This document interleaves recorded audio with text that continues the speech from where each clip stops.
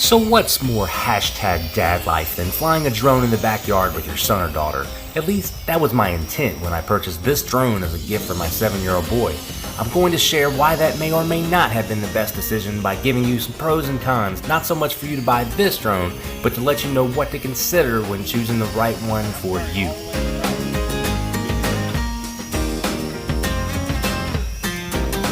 Alright, so this is going a little bit better today with a lot less wind. But right now the drone should be totally still when I'm not manipulating it. And it's just got a lot of drift. So you can see I'm not even doing anything on the controls right now. And you can see how much it's moving. So for somebody that's good at drones, you know, not too bad to compensate for, but considering I'm giving this to my, you know, my son with my help to be able to use, I think it would be really hard for him to fly at this point. So there is like an emergency land button, and I basically just kind of let it drift and then just kind of steering it around like that. I should be able to steer it back towards me. But definitely a lot better than the first few times that we tried to get this out and fly it. Matter of fact, I might let him try in a little bit here. But I have another drone. I have a Contexo F24 Pro, which is, you know, a $300 drone compared to this $40 drone.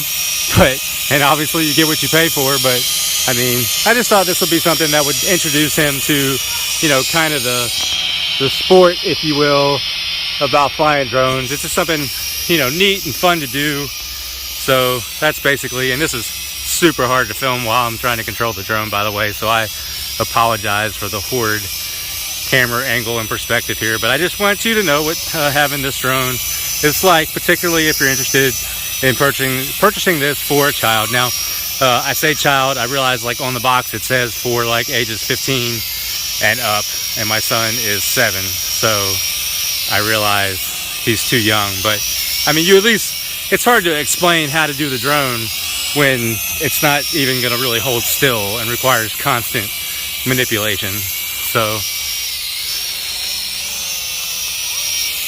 like, I can't even get, I send it down and then it just moves right back up. So Cooper is flying his drone. All right, bring it down a little bit. Push that left knob down.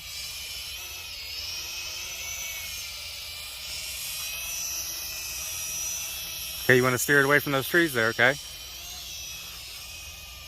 Or go up, I guess. All right, I don't want you to go high with it, okay?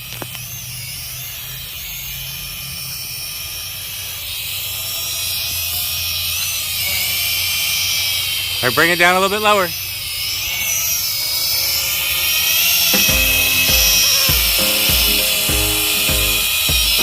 Actually fairly impressed with how my 7-year-old is doing with this thing.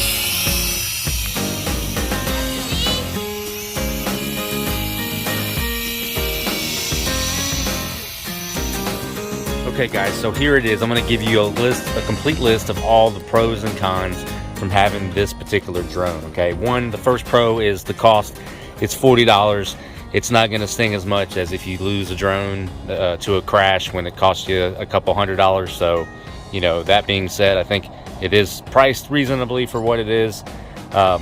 It also is just super easy to set up. You really don't have to do anything.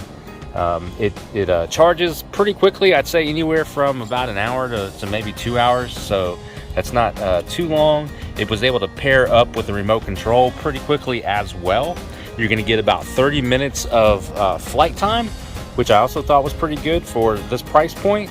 And I really like the emergency stop button. Like when it was starting to drift off to the side, we were able to just kind of drop it down into the grass and save it from hitting something really hard like a wall. We haven't figured out how to do it yet, but supposedly there's a button that you can press to make the drone do flips and stuff. So maybe we'll do a follow-up video when we find out how to do that. Okay, now the cons. The drift is the biggest thing for me. It's so hard to teach a young person how to you know, properly control a drone when you are constantly having to compensate for it just kind of drifting away. And if there's any wind whatsoever, any wind at all. Like, I don't even know how you would even own this like out if you lived in a windier place like Colorado or New Mexico, West Texas. I just don't even see how it would be possible to fly it. There's no camera, so that can kind of be a pro or a con.